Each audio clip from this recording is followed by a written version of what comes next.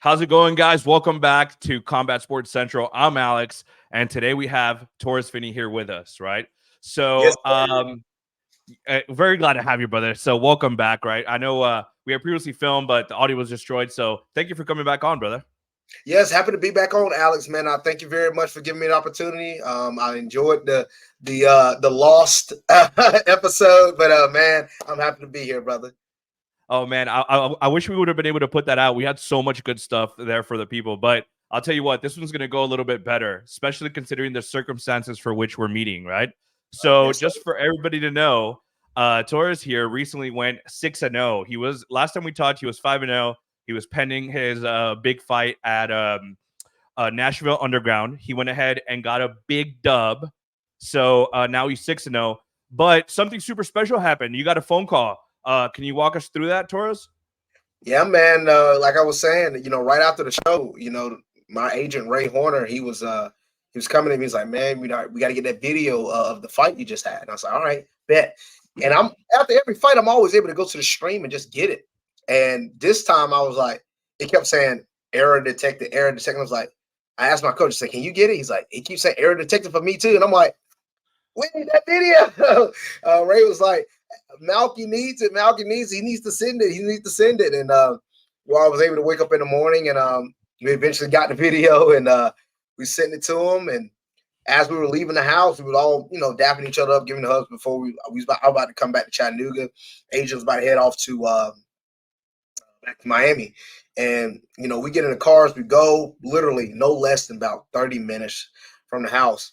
Ray, he calls me. He said, "What you doing on October 10th?" And I was like, I know what that date is. I know all the contender series date, like, because I'm, thinking about like potential, hopefully to get on one of them. And I'm like, that's a random Tuesday, and they ain't just no regular Tuesday. And he was like, contender series, you got it. You finally got the call. You gave me the opponent, and I already knew who the opponent was. Previous interaction before, so. I'm ready to go, man. I'm ready to go. I'm so pumped. I am so Yeah. pumped. So it couldn't have happened to a better person. We can't congratulate you enough, right? So number one, big congratulations on the big W, and then even more congratulations for getting on the Dana White Contender Series. Now that you've been able to absorb some of that and kind of figure it out, and some time to let it sink in, what are your first thoughts about heading into the Dana White Contender Series?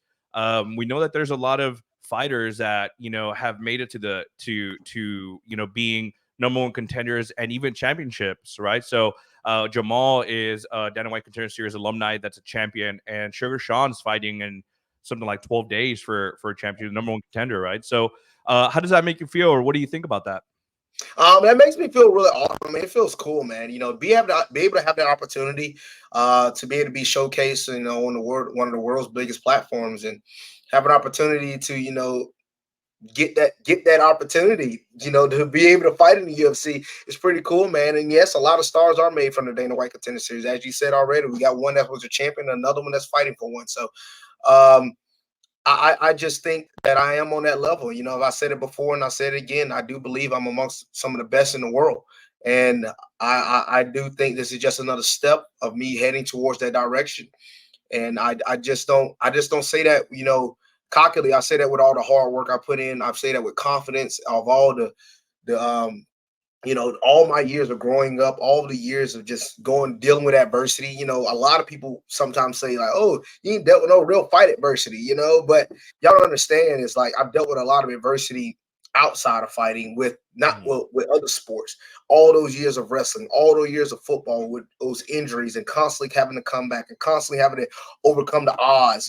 People being better than me, and still finding a way to get the job done. So the pressure of fighting on the Dana White Contender Series, it is what it is, but I've addressed it. I've been in that situation multiple times. And I feel like that's an advantage for me because a lot of people don't know how it feels to be in that pressure situation. Junior year, I wrestled against a guy named Aaron Gallagher, two-time state champion, one of the best wrestlers in the state, nationally ranked, going to a big-time college. He had beat me the week before at sectionals. Wrestled him in a state championship in my hometown in front of a whole bunch of people. We the only ones on the mat.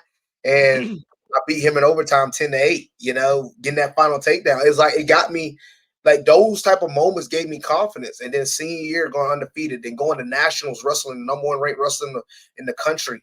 and being able to compete against like he literally pinned every single person in that tournament in the first period, except for me. He beat me 11-8. But being able to compete with those guys, I'm accustomed to being on that level and going against some of the best in the world, and I know how it feels, and I know how the pressure is there. Like I say, anybody that steps in the cage, you're going to feel that pressure, but it's about how you handle it. And I feel like after so many high stress pressures, man, I'm feeling more and more comfortable as I step in the cage, and I just feel like this is just another step going towards that. Definitely. And I think you led up to that perfectly, right? Because we talk about the next step, right? And going from the Nashville Underground Series, which is an Aries fight series, to taking a step up to the Dana White Contender Series. While it's not the highest level, it is a pretty big step up. How do you feel about being able to elevate your game just that much more to maybe seek a finish and get a contract on the Dana White Contender Series? Yeah, man, that's one of the main things for me. Just going out there, just doing me. Don't go out there doing anything different. Don't go out there doing anything that you haven't done. I talked about it before when, you talk about Alabama football from those 2009 to 2000, basically 2020 almost as well. So they stayed to what their identity was, and I'm going to stick to my identity. That's the beauty of that. I feel like, with my style and my game plan is like, I'm gonna stick to my identity. I obviously take notes of what my opponent does. I watch a lot of film. I definitely stay focused on all his tendencies and things that he do, but there's just things that you have to do when you go into a fight. And I feel like I'm just going to continue to play my game. It got me this far. Heck, I have, out of my 11 fights, including amateur, I got 9 finishes. So obviously I know how to finish. Obviously I know how to get guys out of there. So this is just going to be another step towards that, and I feel like I'm going to be able to do it. Did I hear that right? Are you predicting a finish on the Dana White Contender Series fight? The goal is to get the finish. I don't ever plan for the decision. So, yes, the goal is to always get the finish. The round, that just depends on whatever happens, man, but I do believe I will be able to go in there and get a finish, and I'm confident in that. I'm not just saying that just to say it, but I'm confident in my game plan. I'm confident in my approach, and I'm confident in the hard work, especially for this camp. This is going to be the best camp ever. And the beautiful thing about this for me is I just got out of camp. So this week for me anyway, it's supposed to be a rest week. I've been just doing some light work just to stay at it. But right. I only got up to 210, 212. So my weight's fine already. I'm good to go. So just jumping right back into fight camp and getting ready to attack the game plan again. Well, I love the prediction, and I think for us, planning for you getting a dub at a minimum is not too bad of an expectation, because I think that's what's going to happen, right? But speaking of dubs, we want to thank our sponsor today, Dubby, right? So Dubby is an energy drink, right? None of the jitters, none of the sugar, everything like that. So thank you guys for sponsoring this episode. Link in the description. Go ahead and use coupon code Combat Sports Central. You get 15% off your next order. So thank you guys. But going back on dubs, right? You talked a little bit about football. You talked about keeping your weight, down. Last time I think we spoke about your weight sometimes comes down from 230 to make 185, right? Do you think in this one, because you're staying in camp, you're keeping your weight low, it might be an easier weight cut this time around? Oh, for sure, 100% sure. This is going to be a much easier weight cut. I had to fight a little bit for that last one, boy. This past fight, I had to fight a little hard for that last pound, but got the job done. Made weight, and I'm definitely going to keep my weight down for this one. We're planning. We've actually spent this week to plan out the fight camp, to plan where I'm going, to plan the workout times, to plan everything accordingly. Because we're going all in on this one, man. And this is going to be the best. It's going to be one of my best fight camps ever. I really do believe that, and I think it is not one of the best. And we just want to continue to keep getting better. But I feel really good. I felt good coming out of my last camp. So if I can only feel better, man, I'm ready. I'm pumped. You will, brother. So, what about your? Have you given any thought to your walkout song whenever you move over to the UFC's Dana White Contender Series? What kind of walkout song are you going to utilize? Well, you got to remember, for the Dana White Contender Series, they don't do walkout songs. Ah, okay. They just do normal walkouts then? You just walk out. You just walk out and fight. No introductions, no nothing. It's funny. I just got done doing the underground. It's about as more underground than anything, So you walk out there, fight, get the contract, get on in back in there, So I like it. I like it. It Yeah. reminds me a lot like wrestling. All them years that I've wrestled, there ain't no introductions. There ain't no, set no thing up. You walk in, shake his hand, hey, wrestle. And it Yeah. don't matter who it is.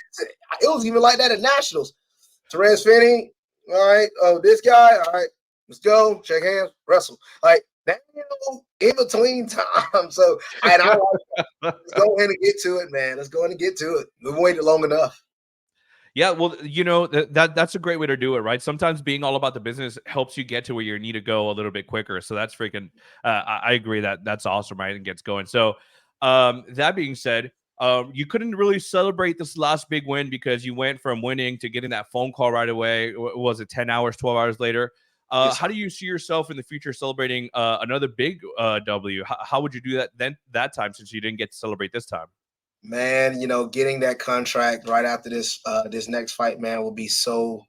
Oh my gosh, it will be so much of a almost like a burden, only because it's like I've worked so hard, and th- this will be my last goal. I actually have all my goals that I put out before each year, and my Uh-huh. goal was to get 3 fights in, which this will be my third fight. My goal was to be in the UFC by the end of the year, which by the time October is, it'll be the end of the year. And I would have had hit both of my goals fighting wise. Um, as I said, last year my goal was the same: get 3 fights in, finish the year undefeated. Same with this one, finish the year undefeated, and get those fights in. Last year I was able to get 4 fights in. So now Yeah. I'm about to get still getting those 3 fights in. My goal every year is to always get 3 fights in at least. And man, I just it'll be so much, man, of a lot of tears and a lot of like big things from the heart because Mhm. I've worked really hard for this, man. And 3 years ago, you could have never told me that I'll be in this position. I'm gonna be honest with you, man. You told me this 3 years ago. That Torres Finney wouldn't have believed it, man. I wouldn't have believed it, man. Yeah. Gosh, man, and just thinking about it now, bro, is just oh man.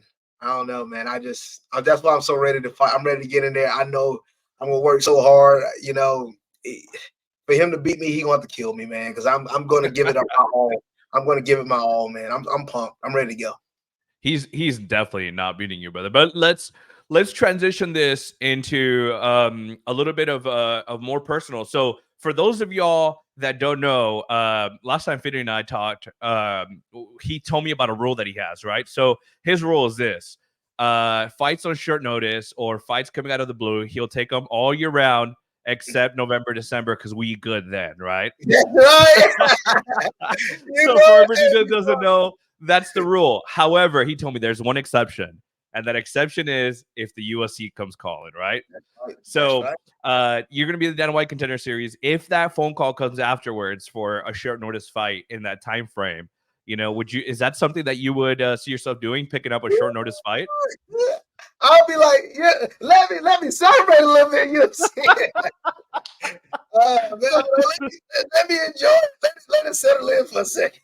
Yeah, yeah. But Let you get some turkey. yeah, let me give me some turkey. I want me some pie.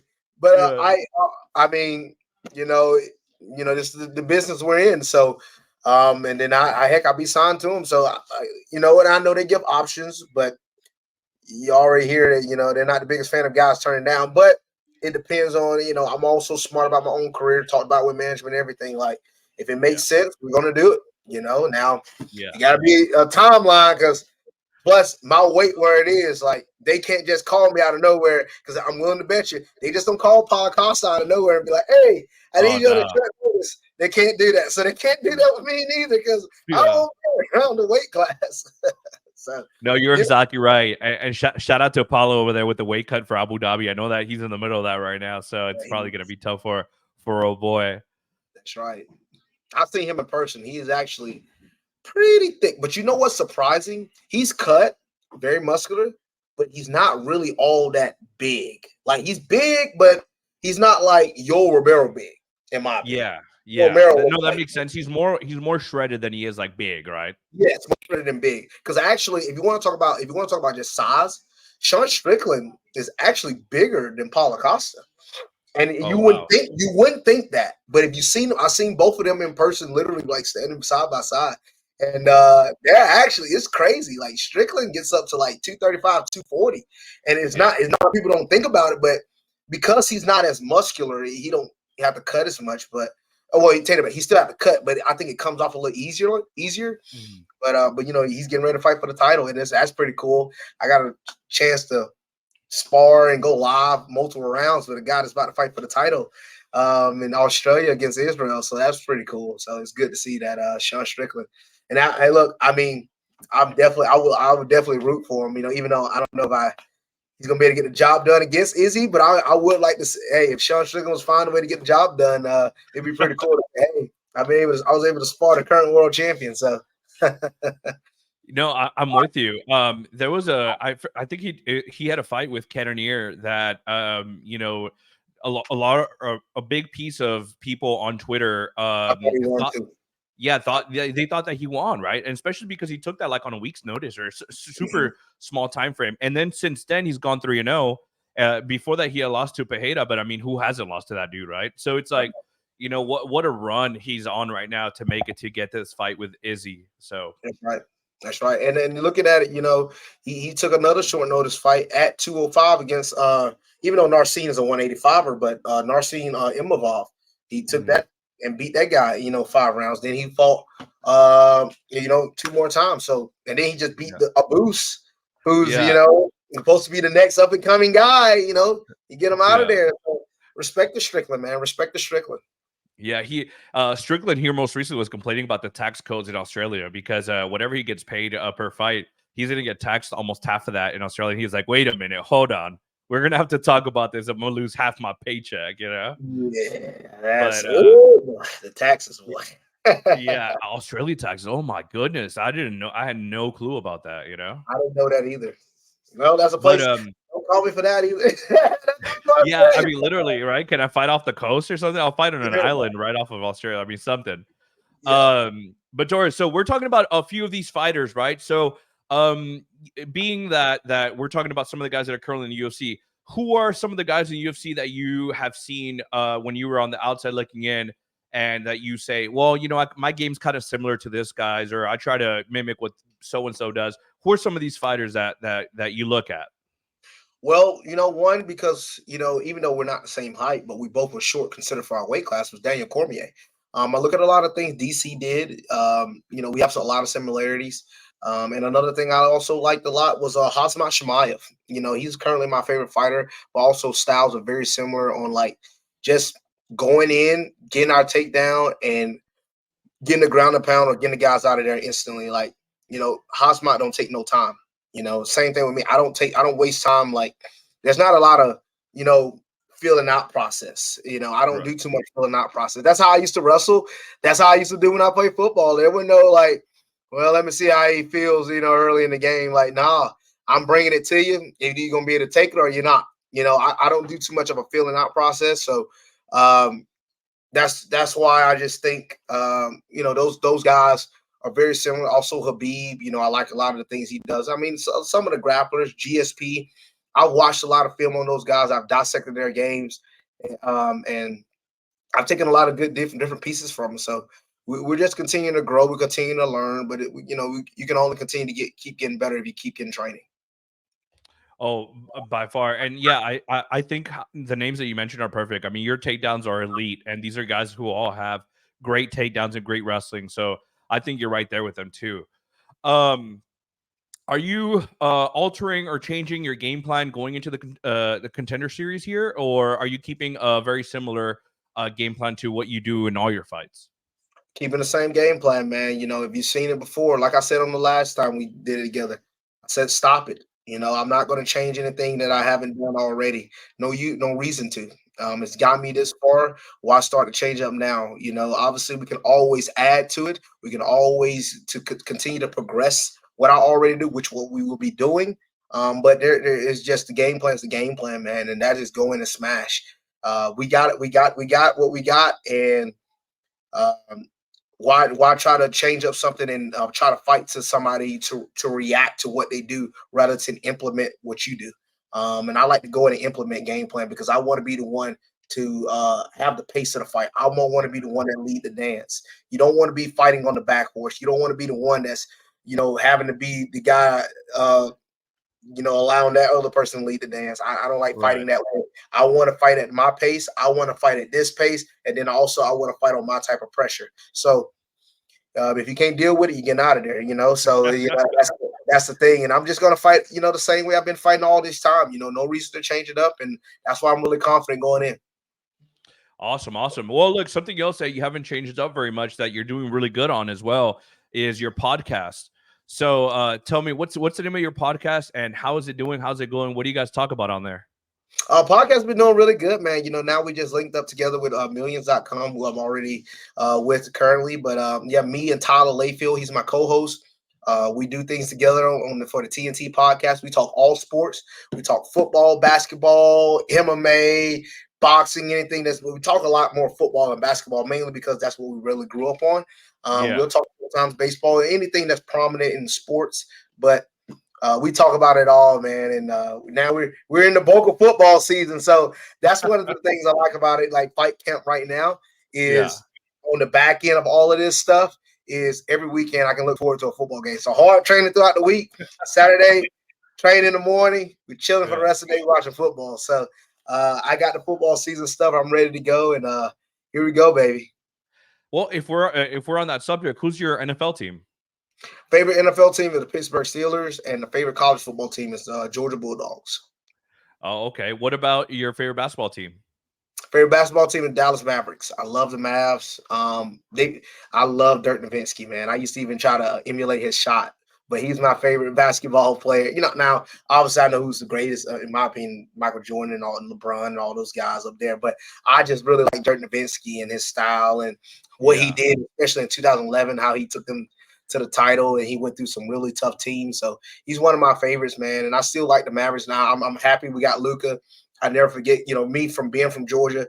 A lot of the Hawks fans had selected Luka. They didn't know who he really was, and I'm like, man, y'all got freaking Luka. When then we got Trae Young. Only for us to trade Trae Young to Luka, we get Luka. And I was like, oh, freak, we got Luka. So that made me more of a Mavs fan. So yeah, I like the Mavericks, even though we don't have some of the best seasons right now, but. Last year we made it to not last year, the season before last, made it to Western Conference Finals. But besides that, I mean, we've been all right.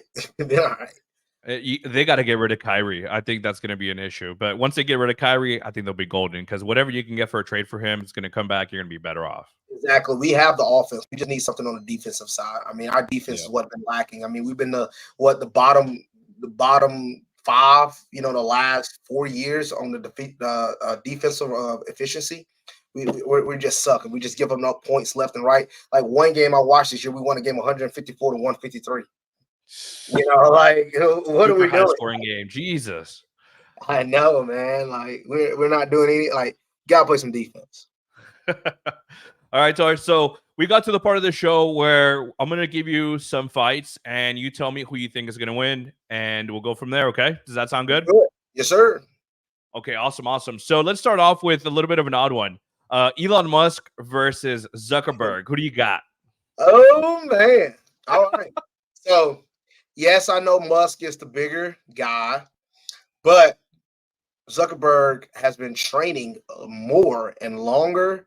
I'm going to go with Zuckerberg in this one. I just don't think I feel like, for one, Mark is in a little good shape. Like, I've seen some of his photos. Like, he ain't in, like, bad shape, and if he could just even be like comfortable in there, like at least know how to throw a basic punch or get a basic.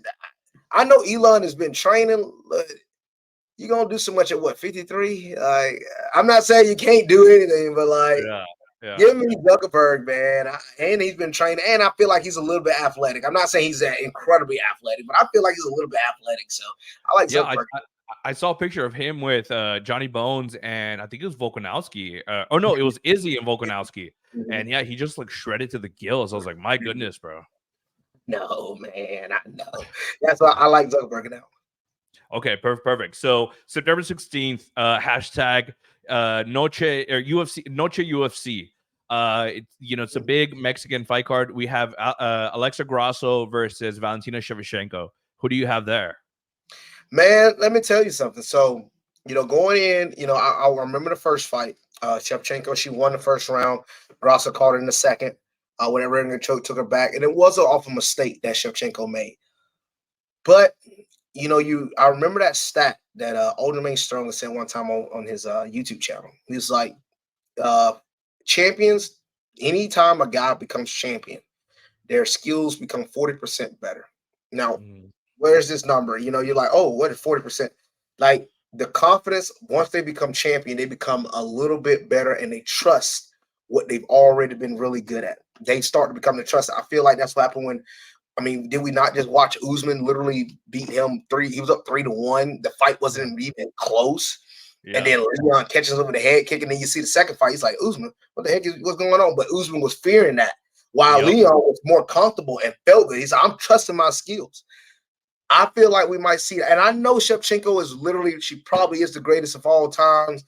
Some have a Nunes, but Mexican Day, in her home, that's going to be rough. I think we see Alexa Grasso beat Valentina once again. I agree with you there. Just the significance of fighting on that day for her, right? Especially because we've lost all the other Mexican champions too. Brandon lost, Yair lost, so. Moving on, Abu Dhabi card. We have Islam Makhachev versus Charlie Olives, the rematch. Who do you got there? All right, so another guy I'm a fan of. I love Islam Makhachev, but Charles looks like he's on a mission, man. It looks like he's on a mission. He looked really good against Beneil Dariush. This fight is literally the same exact day and same exact time, same exact place as last year. So, man, it's gonna be hard to beat Islam, man. I agree. I just don't see and I think this fight will be closer. I think Volk exposed some things for Islam, but I think this fight will be closer. But it's still Islam. You still got to stop him from getting on top. He doesn't fear your jiu-jitsu. He's not going to fear what Oliveira brings to the table. Oliveira does got some strike. If Oliveira is more comfortable on the feet, maybe. I don't know, man. It's hard for me to see him. It's just hard for me to see Islam losing right now. I just don't think Oliveira is going to be able to do it. I think the fight will be closer. I think we could see a potential fight of the night type caliber fight, but I think Islam still pulls it out. Yeah, I agree with you there. I just think it's hard for Charles to have to go away from his game plan to adjust to this fight. And it's how we said for you, right? You're going to play your hits, right? You're going to go do your game plan because that's what works. In the same aspect, Charles doing what works for Charles is going to be a detriment in his fight versus Islam, I think, right? Same. Okay, so two more before we move on from this segment. So Conor McGregor versus Michael Chandler. Dana White talked about it yesterday after the Dana White Contender Series presser. Who do you have there? I'm going with Conor. All right, so I love Chandler, actually. He's one of my other favorite fighters. Problem with Chandler is his fight IQ. He don't fight smart. He has the skill sets to beat. I feel like he had the skill set to become champion. I think he should have beat Oliveira. He has the skill set to become champion. He had the skill set to beat Dustin Poirier. He had the skill set to beat Justin Gaethje. But he wants to entertain. And now I don't know what Conor McGregor we're going to get. But if he goes in there trying to entertain, I just think Conor gonna pick him apart, man. And even it depends on what Conor we get. I think Conor looked like he's adapting back to his old style. Now I still don't think Conor's gonna be able to, beat any of the elite of the elites. But I do think if Chandler don't go in there fighting smart, I don't think he has enough to beat Chandler. I agree. I don't think Chandler has enough to beat Conor because of his fight IQ. Yeah, and I think Chandler is super chinny too. I think that chin's only gotten sensitive as the fights have gone on. So, I definitely have all the wars he had in Bellator, all the wars he had in Bellator with Eddie Alvarez, all the wars he had in the UFC. That chin, the Gaethje fight of the night last year, fight of the year, the Charles Oliveira fight, the Dustin Poirier fight. Heck, he even took a few shots against Ferguson. So he did. Yeah, he did. I think he buckled one time. I think Ferguson caught him with the right cross, and he buckled him a little bit. He did. So even though Ferguson been on the back end, but he's been taking some shots. Last one. This past weekend on Friday, the same night you were fighting. I couldn't be watching because I was at the PFL. I had gotten my media credentials, so I was at the PFL In doing San that. Antonio. Yeah, San Antonio. Yeah, it was like an hour and a half from my house, so I had to go. For sure. The coverage on it was amazing, right? But the reason why I bring up the PFL is because Saturday, Jake Paul fought Nate Diaz in boxing. After the fight, they asked Nate if he wanted to run it back for 10 mil in MMA at the PFL, to which Nate said yes, and he hasn't backed down from it. So, assuming he signs it and Nate goes through with what he said, who do you have on that one in MMA? Woo, boy. All right. All right, now. See, I feel like this is simple. You would think this is simple. Nate Diaz, he's beaten some of the best in the world. He's competed against some of the best in the world. But a 3-5 minute. So if it's a 3-5 minute round, okay. I'm not saying Jake gonna be able to beat him. I'm not. I just think athleticism comes into play, and plus Jake has boxed a little bit. I'm sure Jake been doing some wrestling. I'm sure he's been doing some jiu-jitsu. Obviously, it's not gonna be enough to beat a Nate Diaz, you would think. But these gimmick stuff has been so out of the world. It's almost like, why do we even bet against like Jake Paul? Yeah. Like, I don't know. This is crazy. Like, I'm literally saying, I don't know. Like, Jake, this is Nate Diaz. Nate Diaz just subbed Tony Ferguson. Nate Diaz took Conor McGregor to 5 rounds. Nate Diaz is winning with Jorge. Took the current 170 champion 5 rounds and almost finished him. Yep. Diaz we're talking about, and I'm over here questioning whether or not maybe that wasn't that long ago where him and Leon did that. Exactly, it wasn't. But 2-3 years ago, like, I don't know, man. I mean, I feel like Nate, he just has to submit. I mean, he almost subbed the freaking Joker with boxing gloves in a boxing match. Like, there's no way Nate. It's hard for me to see Nate losing. But randomly, you gotta remember, Nate Diaz never been knocked out. Randomly, he walks out in an MMA fight, overhand right, and Jake Paul drops him and knocks him out. That would be the craziest thing. We'd be like, that's what he did. I couldn't believe it when it happened. I was like, oh my goodness. What I like in my head, I was like, is this really happening right now? But thank goodness he didn't get finished though. Yeah. When he dropped him, I was like, oh my gosh. I said, Nate has never been knocked out. I was like, please don't let this, because he is going to be used. And right now, I just think Jake Paul is I mean, he's a very good marketer, man. He's doing smart. I mean, you gotta think about it like this. Like he said, he's doing what other pro boxers do. It's just he's doing it against more notable guys. But every pro boxer takes some guys, basically fights that they know they're probably gonna win. Like, he really hasn't been challenged besides Tommy Fury. But besides that, you think about it, like, he's been game. I'll give him that. He's been game in the boxing ring. I just don't think I'm going with Nate Diaz. It's too hard for me to believe a legend is just going to get mocked. Like, I just can't. It's just hard for me to see it. But then the thing, and it probably will happen, and I'm going to be like, freaking A. Like, then you're going to start getting a lot of these guys that can't fight actually think, oh, I'll just get into MMA. He's here. Yes. And like, okay, buddy, you slow your roll. They don't understand that Jake has the money and the time to bring in the best of the best to train with, and what he can accomplish in 4 months normally takes a person a year to get done, 100%. Or whatever the case might be, right? So 100%. He's literally getting the best training partners, the best coaches, the best teachers. How can he not continue to get better? That's what me and my friends talk about. How could you not get better when you're training with the best? You got the money to do it. Like, he's gonna be a solid boxer. Yes, he's gonna be able to knock these guys out. I'll never forget when he fought Nate Robinson, and everybody was like, "Oh, Nate Robinson beat him." When I saw that Jake Paul was training, and Nate Robinson said, "Man, I've been fighting in the streets. I know how to fight." When I saw that, I was like, "Put your money on Jake." And everybody was putting their money on Nate Robinson. I'm like, "Are y'all crazy?" Like, and obviously we saw what happened. So All right. Well, look, before we let you go, we always like to shout out the people that get us here and the responsible people. Is there anybody you want to say shout out to, any sponsors or anybody that you want to talk about real quick before we end this session here? Yeah, man, I want to thank my Lord and Savior Jesus Christ for giving me the opportunity to be able to, be able to just talk with you and be able to have the opportunity to be able to give me the skill set to be able to go out and perform in front of people, Lord. Because without him, I wouldn't be able to do this. And second, I want to thank my team of Gogi, man. Gogi has been so helpful for me, man. I am so blessed to be able to find these guys here and be able to come and train for this gym. And, you know, we're doing a lot of big things here, man. And I'm just so pumped and blessed, and I'm happy to be able to represent these guys that are going on the bigger stage, and I'm ready to do it. And then also I want to thank PKP, Peak Kinetic Performance, for being my strength and conditioning coach, man. Gannon Hampton and John Hampton, they got my cardio. A lot of people look at my size and be like, "Oh man, that big guy's gonna gas out. Look at all those muscles." But that's actually a weapon. My cardio is a weapon, and a lot of people think I'm gonna gas, but I'm gonna push the pace. And with my size, I can go. And I'm so thankful for them. They helped me out a lot in that area.